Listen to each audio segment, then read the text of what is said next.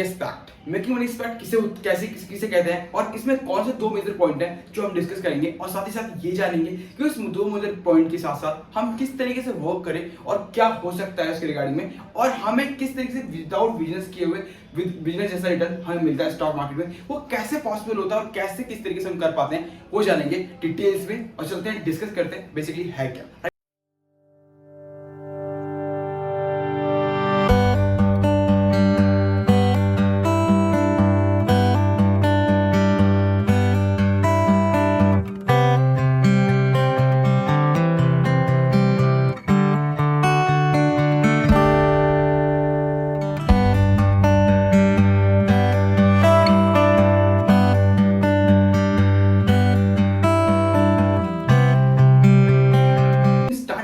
Risk risk कितना है market में, रिस्क एंड दूसरा होता है रिवॉर्ड पॉइंट। तो जब मार्केट में आते हैं ना तो मार्केट में क्या होता है कि हमें रिस्क लेने की बहुत सारी आदत होती है कि हमने सुना होता है कि मार्केट में अगर आपको आना है और एंट्री लेनी है और एंट्री के साथ आपको मार्केट में बने रहना है तो आपको रिस्क लेना पड़ेगा थोड़ा सा और उसके बाद आपको इन्वेस्टमेंट करनी पड़ेगी। तो हम सोचते हैं रिस्क के साथ रिवॉर्ड रेशियो ज्यादा होगा, बट ऐसा नहीं होता है। कंसर्न ये होता है कि मार्केट में जब हम रिस्क के लिए आते हैं तो रिस्क जो है जितना ज्यादा होता है उतना ज्यादा हमें दिक्कत होती है। बट अगर आप वहीं पे आप बात करो कि फर्स्ट थिंग रिस्क की जो बात कर रहे हैं, रिस्क टू रिवॉर्ड रेशियो, तो जितना रिस्क अगर आपका हायर है और आप जो एक्सपेक्टेड रेशियो चल रहे हो कि रिटर्न इतना आएगा, अगर वो रिटर्न नहीं आता है तो वो आपका मेकिंग मनी लूज हो जाता है, यानी कि जो पैसा बना रहे हो वो लूज की तरफ जा रहा है, यानी कि आपको प्रॉफिट नहीं होगा, पैसा आपका लूज होगा। ठीक, तो ये होता है रिस्क जितना हायर है बट एक्सपेक्टेड रिटर्न से कम है।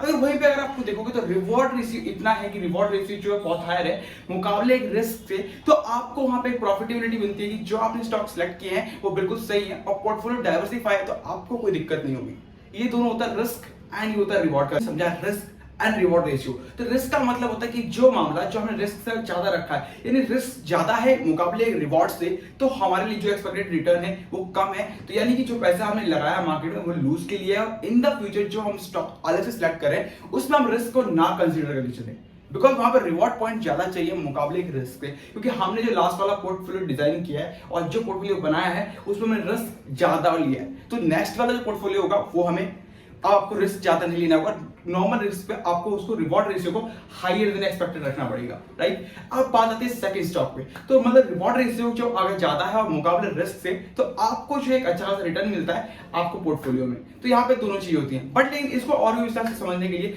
हम चलते हैं बेसिक नॉलेज पे। देखो मार्केट में जब आते हैं ना तो मार्केट में क्या होता है कि हमें जो है रिस्क लेने की ना आस पड़ जाती है। हम सोचते हैं कि आज में जो 2000 रुपए थे उसे 4000 रुपए बन गए तो हमें 4000 का क्यों ना मल्टीपल रिटर्न पाओ, ये हर किसी के अंदर होता है, स्टॉक मार्केट में आते ही साथ हो जाता है, ह्यूमन बीइंग नेचर, बिल्कुल सही है। बट अगर आप वहीं पे देखोगे तो मार्केट में क्या होता है कि आपने एक रिटर्न लिया तो क्या होता है कि आपने जो एक अच्छा खासा जो भी एनालिसिस करी, जो पोर्टफोलियो को देखा, एनालाइज किया, ग्राफ एनालाइज किया, तो वो आपको रिवॉर्ड में बहुत अच्छा मिल गया और वो कंटिन्यूअसली 2-3 इयर्स 4 इयर्स 5 इयर्स आपको देखने को मिल रहा है कि आप जो एनालाइज कर रहे हो बिल्कुल वही चीज आपको मार्केट में देखने को मिल रहा है। तो आप सोचते हो कि मार्केट में जो मैं कहता हूं वो रिवॉर्ड रेशियो बिल्कुल सच है और वही चीज मुझे मिलती है, रिस्क मुझे बिल्कुल भी नहीं है, तो आप क्या करते हो कि उस समय ओवर कॉन्फिडेंस हो जाते हो। अब उस ओवर कॉन्फिडेंस का फायदा उठाता है मार्केट इसलिए उठाता है क्योंकि अभी तक आप एक लेवल से चल रहे थे और रिस्क लेते हुए आपने जो रिवॉर्ड रेशियो रखा था वो बिल्कुल हायर था एक्सपेक्टेड देन रिटर्न से, तो देन वो आपका डेफिनेटली आपको रिस्क वहां पे कोई दिख नहीं रहा था, पर स्टिल आपका जो ओवर कॉन्फिडेंस बढ़ जाता है कि मैंने जो किया वो बिल्कुल सेम था और मार्केट मेरे कैप्चर में है, मेरे जो कहूंगा वही होगा। तो स्टिल आप क्या होता है कि मार्केट में जब होते हो तो इस समय पे रिटर्न रेशियो कम हो जाता है मुकाबले रिस्क से, अब रिस्क हायर हो जाता है आपके लिए और रिटर्न रेशियो कम हो जाता है और फिर आप अपना प्रिंसिपल को लूज करते हो। अब इसको समझते हैं मुकाबले सेकंड पॉइंट में जो अलग होगा वो होगा job and business. First thing मान लो कि मार्केट में अगर आप जॉब कर रहे हो, आप जॉब कर रहे हो तो आपको रिटर्न्स चाहिए और आप कर रहे हो बिजनेस, तो आप देखो जॉब में आए हो तो आपको एक सैलरी फिक्स हो गई है जो कि आपको एक दिन मिल गई है सैलरी की, आपको 30,000 रुपीज मिलेंगे तो 30,000 रुपीज ही मिलेंगे या 10,000 रुपीज मिलेंगे तो 10,000 रुपीज ही मिलेंगे मंथ के एंड में, ठीक है। बट एक बिजनेस में आज जब आते हो तो ये है कि मार्केट में आपको आज प्रॉफिट नहीं है, 6 महीने नहीं है, साल नहीं है, 2 साल भी नहीं हो सकता, 3 साल भी नहीं हो सकता, बट इन द फ्यूचर 5 साल में वो डबल ट्रिपल 5x 10x भी एक साल में रिटर्न आपको मिल जाएगा, राइट। अब वही चीज अगर जॉब में होती है तो जॉब में क्या होता है कि एक आपको 30 दिन काम करने का पैसा मिलता है, बट इस जगह बिजनेस होता है जो कि आपको पूरे साल भर 2 साल 3 साल 4 साल के बाद एक रिटर्न मिलता है, बट वो रिटर्न ऐसा होता है जो एक जॉब के मुकाबले अलग होता है। तो दोनों चीजें अलग होती है। तो stock market is a business, not a job. Job में क्या है कि आपको फिक्स सैलरी, फिक्स इन्वायरमेंट, सब कुछ फिक्स होता है और आपको फिक्स की तरह मिलना पड़ता है। बट अगर वहीं पे अगर जॉब की बात करते हैं, जॉब एक आपको वो जॉब होती है जो फिक्स होता है, बट लेकिन वहीं पे बिजनेस की बात आती है तो बिजनेस आपके लिए फिक्स नहीं होता, हर चीज अलग होती है, आपको जो जैसा चाहिए वैसा मिलता है। बट कंडीशन ये होती है कि रिटर्न आपको बिजनेस जैसे चाहिए, आपके पास पैसा नहीं है, तो आपको क्या करना चाहिए। उस जगह पे आती है बात कि हम अपने पास पैसा नहीं है पर अपने पास माइंडसेट है, अपने पास जो दिमाग है और अपने पास टाइम भी नहीं है, तो हम क्या करते हैं कि स्टॉक मार्केट में आते हैं। किसी भी जैसे रियल एस्टेट है, अब रियल एस्टेट के लिए हमें पैसा चाहिए लाखों रुपया, करोड़ों रुपया। अब करोड़ों रुपया मेरे पास नहीं है तो मैं रियल एस्टेट का बिजनेस ना करूं, ऐसा क्यों। तो स्टॉक मार्केट इसमें आपको इजी करता है कि आपने डीएलएफ में इन्वेस्ट किया, आपने डीएलएफ में इन्वेस्ट किया तो आपको लग रहा है कि यस मार्केट का शेयर यहां से ऊपर जाएगा और कंपनी इस तरीके से परफॉर्म करती है इस बिजनेस एनालिटिक्स के हिसाब से, देन मार्केट का प्रॉफिट ही होगा।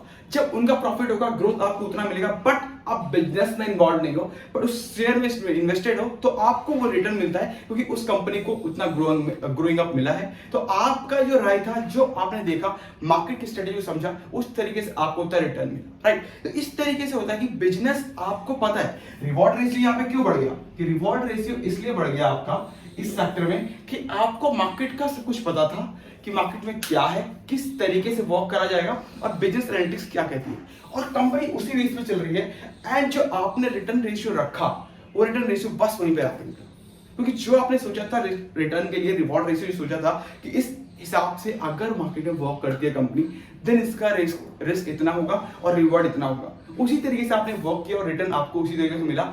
बट उस बिजनेस में आप इन्वॉल्व नहीं थे, तो इसलिए स्टॉक मार्केट अलग होता है। आपके पास करोड़ों रुपए नहीं थे, बट आपने बेनिफिट एक करोड़ों के जैसे रिटर्न से, आपको जो करोड़ों रुपए इन्वेस्ट करने के बाद जो रिटर्न मिल रहा होता, वही रिटर्न आपको 1 लाख रुपए मिला। तो ये डेफिनेटली होता है स्टॉक मार्केट। यहाँ होता है बिजनेस, ये होता है जॉब। तो दोनों चीज समझना पड़ेगा, दोनों एक्सपर्ट को समझना पड़ेगा। अगर आप मान लो कि सोचते हो कि जो पैसा मैंने जॉब पे कमाया वो जॉब के तरीके से इन्वेस्ट कर रहा हूँ, तो वो चीज नहीं होगी। जॉब के तरीके से इन्वेस्ट किया, 30 दिन बाद वापस आना है, तो 30 दिन के बाद वापस आने पे आपको वो लॉस भी हो सकता है और प्रॉफिट भी हो सकता है, दोनों चीजें आपके सामने होंगी। तो आपको यहाँ पे यही चीज बनता है कि आप इस चीज को छोड़ करके आप सीधा बिजनेस पे आए। तो बिजनेस में जब पैसा इन्वेस्ट किया, बिजनेस टाइम लेता है, थोड़ा सा टाइम लेता है और उसके बाद एनर्जी लेता है, उसके बाद जाकर रिटर्न देता है आपको। हो सकता है 1 ईयर्स में दे दे, हो सकता है 10 ईयर्स में दे, हो सकता है 5 ईयर्स में दे, बट लेकिन जब दे तो 10x का हो सकता है, 20x का रिटर्न हो सकता है। अगर देखो विप्रो का स्टॉक अगर आपने 1990 में लिया होता तो आज के मुकाबले 800 रुपए के हिसाब से बहुत बड़ा स्टॉक होता, राइट। स्टिल मार्केट में 400 रुपए चल रहा है। तो अगर मार्केट में 400 रुपए चल रहा है विप्रो का स्टॉक, तो अभी आप लोगे, अगर आपको दिख रहा है स्ट्रेटेजी है जो आप माइंड ऑफ थॉट चल रहे हो लेकर के, जो आप एनालिसिस कर रहे हो वो चीज कंपनी कर रही है, तो डेफिनेटली आपको दिख रहा है कि जो फंडामेंटल है, जो वहां के बिजनेसमैन है, जो क्वालिटी ऑडिट, सब कुछ अच्छा दिख रहा है। और उस तरीके से मैं अगर एनालाइज करता हूं तो मुझे लगता है कि इसमें अगर ये चीज होती है तो मुझे लगता है इतना रिटर्न अभी मिल रहा है कंपनी को, और कंपनी इस चीज के ऊपर वर्क करे तो इसमें इतना रिटर्न इन द फ्यूचर हमें देखने को मिल सकता है। तो आप इन्वेस्ट कर सकते हो। ऐसा दिक्कत नहीं है कि मार्केट में आए तो हमें रिस्क से चलना है, हमें रिवॉर्ड रेशियो को हायर रखना है मुकाबले के रिस्क से, क्योंकि आप रिवॉर्ड रेशियो आगे होगा तो आपको रिस्क की दिक्कत नहीं होगी, राइट। अगर देखो आपने एक स्टॉक पिक किया और आप जब ओवर कॉन्फिडेंस होते हो कि आपने बहुत कुछ कर लिया, मार्केट कभी भी आपके कैप्चर में नहीं होती। ये आप सोचना भूल जाओ कि आपने जो एक ग्राफ एनालाइज किया है, उस ग्राफ को कभी मत ऐसा सोचो कि जो मैंने सोचा था कि मार्केट अपर देन निकल जाएगा, वो अपर देन निकल गया, और जो लोअर देन निकल जाएगा तो लोअर। अगर मार्केट के हिसाब से चलना है, देखो मार्केट क्या है कि आपने जो एनालाइज किया कि मार्केट ऊपर जाएगा, मार्केट ऊपर चला गया, मार्केट नीचे जाएगा, मार्केट आपने देख लिया, अपर ट्रेंड लोअर ट्रेंड आपके फोकस में आ गया। बट ऐसा नहीं है कि आप ऐसा मान के चलो कि मार्केट आपके लेवल में है, ये आपको गलत फहमी है कि आपके मार्केट लेवल में है और ये आपके कैप्चर में, बिकॉज वहां पे मार्केट आपके कैप्चर में नहीं है। करते हैं मुकाबले, देखो कि आपने जो देखा कि मार्केट ऊपर जा रहा है या फिर नीचे जा रहा है, आपको दिख रहा है, तो आपने 4 बार एनालाइज किया, चारों बार आपका फिट बैठा, आपने रिवॉर्ड रेशियो में देखा कि 4 बार मेरा बिल्कुल सही बैठ रहा है। तो ऐसा नहीं कि मार्केट आपके कैप्चर में, ये आपकी गलत फहमी है, बिकॉज मार्केट कभी भी कैप्चर में नहीं है। बस ये कि रिवॉर्ड रेशियो जो आप लेके चल रहे हो वो डेफिनेटली फिट बैठ गया है, तो आपको लग रहा है कि मार्केट आप जो एनालाइज कर रहे हैं वही चल रही है। ऐसा नहीं है, स्टॉक मार्केट का ग्राफ कभी भी आपके हाथ में नहीं आ सकता। आप सिर्फ प्रिडिक्ट कर सकते हो, आपके हाथ में कभी नहीं होता। ये सोचना भूल जाओ कि आपके हाथ में ग्राफ है और जो मैं चाहूंगा वो होगा, ऐसा कभी नहीं होगा। आज नहीं कल भी ट्राई कर लेना, ऐसा कभी नहीं होगा। आप अगर 5 साल लगातार प्रॉफिट बना लेते हो तो ऐसा मत समझो कि आने वाला 10 ईयर्स आपके हाथ में होगा, ऐसा कभी नहीं होगा।